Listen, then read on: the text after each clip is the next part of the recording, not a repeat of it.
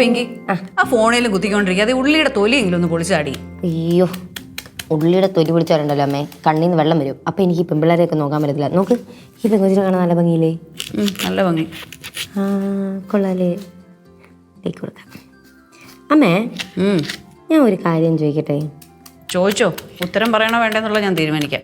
അമ്മ ഇങ്ങനെ നെഗറ്റീവ് അടിക്കല്ലേ. ചോദിക്ക്. അമ്മേ, എന്താടി നമ്മുടെ സുമ കല്യാണം കഴിക്കുമ്പോഴേ എങ്ങനത്തെ പെണ്ണ് വേണമെന്ന് അമ്മയുടെ ആഗ്രഹം? അതെന്താടി നീ ഇപ്പൊ അങ്ങനെയൊക്കെ ചോദിക്കുന്നേ?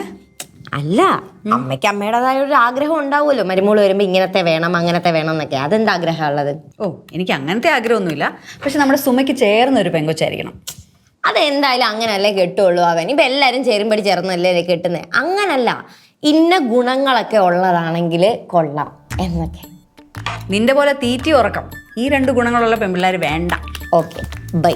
എനിക്ക് എന്തിന്റെ കേടായിരുന്നു? ഞാൻ വെറുതെ ഇരുന്ന് പെൺപിള്ളേരെ വായി നോക്കിയാണ്. ദൈവം എനിക്ക് നല്ല ഗുണങ്ങളൊക്കെ ഉള്ള മക്കളെ മരുമക്കളൊക്കെ ആണല്ലോ തന്നെ. അതുപോലെ ഒരെണ്ണം വന്ന് കയറാതിരുന്നാ മതിയായിരുന്നു.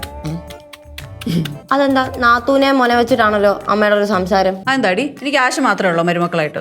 അപ്പൊ നമ്മുടെ ശിവനോ? അത് മരുമകന്റെ കാറ്റഗറി മാത്രം കൂട്ടാൻ പറ്റത്തില്ല. അമ്മയുടെ ആങ്ങളുടെ മോനാണല്ലോ, അപ്പൊ ആ ഒരു ചായ്വ് ഉണ്ടാവണം. ഒന്ന് ബോഡി അവിടുന്ന്. എന്തൊക്കെ പറഞ്ഞാലും ആശ നല്ല മരുമോളാ. അല്ല, ഇപ്പൊ വരാൻ പോകുന്ന മരുമോള് ആശേനേക്കാൾ നല്ല മരുമോളാണെങ്കിലോ?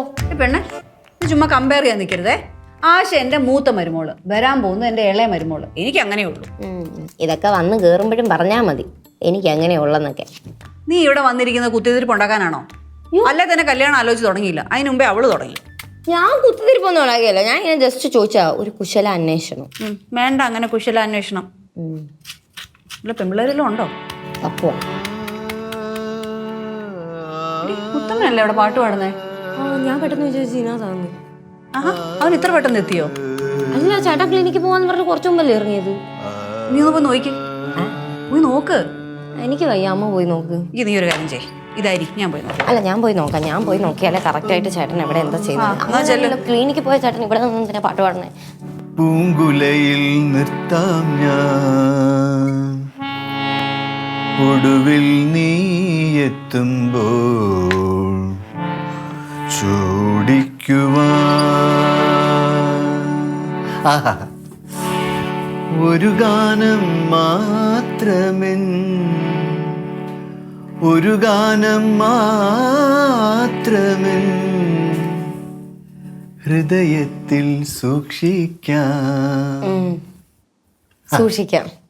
അതെ, ക്ലിനിക്കിലെ പണിയൊക്കെ നിർത്തിയാ? ക്ലിനിക്കിലെ പണിയൊക്കെ നിർത്തിയോ? ഗാനമേളയ്ക്ക് പോവാണോന്ന്? ഇത് ഗാനമേളയൊന്നുമല്ല, ഇത് വേറെ സംഭവമാണ്. എന്ത് സംഭവം?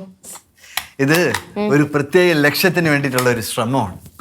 കലോത്സവത്തിൽ പ്രൈസ് വാങ്ങിക്കാനായിരിക്കും അല്ലേ ചേട്ടന്? നീ ഇരി. ഇത് പാട്ട് മറന്നുപോയ ഒരു കിളിക്ക് വേണ്ടിയിട്ടാണ്. പാട്ട് മറന്നുപോയ ഒരു കിളിക്ക് വേണ്ടിയിട്ട്. ഏത് കിളിയാ ചേട്ടാ? കുയിലൊക്കെ മറന്നുപോയോ പാട്ടൊക്കെ? കുയിലും മയിലൊന്നും അല്ല, ഇത് വേറൊരു എണ്ണം കിളി. വേറെ കിളിയോ? അല്ല, കിളി പാട്ട് മറന്നുപോയി. ചേട്ടൻ ഇവിടെ പ്രാക്ടീസ് ചെയ്തിട്ട് കാര്യമുണ്ടോ? കിളിയല്ലേ പ്രാക്ടീസ് ചെയ്യണ്ടേ? ഇതാണ് നിനക്ക് പക്ഷികളുടെ മനഃശാസ്ത്രം അറിഞ്ഞുകൂടാന്ന് പറയണേ. നമ്മൾ ഒരു പാട്ടോ കവിത ഇപ്പൊ മറന്നു എന്ന് വിചാരിക്കും, അത് നമ്മൾ എങ്ങനെ ഓർക്കും? ഞാൻ ആ പാട്ട് ഒന്നുകൂടെ കേൾക്കും, ഇല്ലെങ്കിൽ ഇരുന്ന് പഠിക്കും. പാടും അല്ലെങ്കിൽ ഓർക്കും അല്ലേ? പാടാനും പഠിക്കാനും അവസരം കിട്ടിയില്ലെങ്കിൽ എന്ത് ചെയ്യും? അപ്പൊ എൻ്റെ അടുക്കെ വന്ന് ചോദിക്കുമ്പോ പറയും, ഇത്ര നേരം എനിക്ക് ഓർമ്മയുണ്ടായിരുന്നു, ഇപ്പൊ ഞാൻ മറന്നുപോയെന്ന്. നീ എന്തോ ആരെങ്കിലും നമ്മൾ ഓർമ്മിപ്പിച്ചാൽ നമ്മൾ ഓർക്കൂലേ? ഓർക്കുമായിരിക്കും, ഓർക്കും. അതുപോലെയാണ് ഇത്. അത് ചേട്ടൻ ഇത് പാടി പഠിച്ചിട്ട് കിളി മറന്നുപോയ പാട്ട് കിളീനെ പാടി ഓർമ്മിപ്പിക്കുന്നു. You are correct. ചേട്ടാ, ഏതാ ഈ പക്ഷി? Regent honey eater. ആരാ? Regent honey eater. ഇവിടുത്തുകാരനല്ല, ഓസ്ട്രേലിയക്കാരനാ. ഞങ്ങൾ ലോകത്തിലെ പല ഭാഗങ്ങളിലുള്ളവര് ഇതിനെ പാട്ട് ഓർമ്മിപ്പിക്കാനുള്ള ശ്രമത്തിലാണ്. അല്ല ചേട്ടാ, ഇവിടുത്തുകാരനല്ലല്ലോ. ഇനിയിപ്പോ നിങ്ങൾ ഇവിടെ ഇരുന്ന് പാടിയോണ്ട് ഓസ്ട്രേലിയ ഇരിക്കുന്ന പക്ഷി ഇത് കേൾക്കൂ? മക്കളെ അത് നിങ്ങൾ കൊണ്ടുവരും, ഒരു മാസം അത് ഇവിടെ ഉണ്ടാവും. പിന്നല്ല.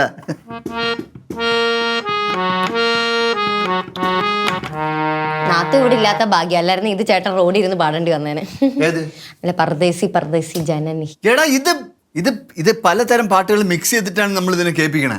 അപ്പൊ പല രീതിയിലുള്ള സിൻക്രണേഷനിലൂടെ ഇതിന് പല പല തോട്ട്സ്. മതി ചേട്ടന്റെ നാക്കുളുക്കും ഇതെല്ലാം കൂടെ പറഞ്ഞു കഴിഞ്ഞാ. നീ ചെല്ല്. ചേട്ടന് പക്ഷിയുടെ പേരെന്തായിരുന്നു? Reagent honey eater. Reagent honey eater. നല്ല വട്ട്. മക്കളെ ആദ്യം പക്ഷികളുടെ അടുത്തും മൃഗങ്ങളുടെ അടുത്തും സ്നേഹം വേണം. എനിക്ക് സ്നേഹമുണ്ട് ചേട്ടാ, അതുകൊണ്ടല്ലേ ചേട്ടനോട് പാടണമെന്ന് പറഞ്ഞു.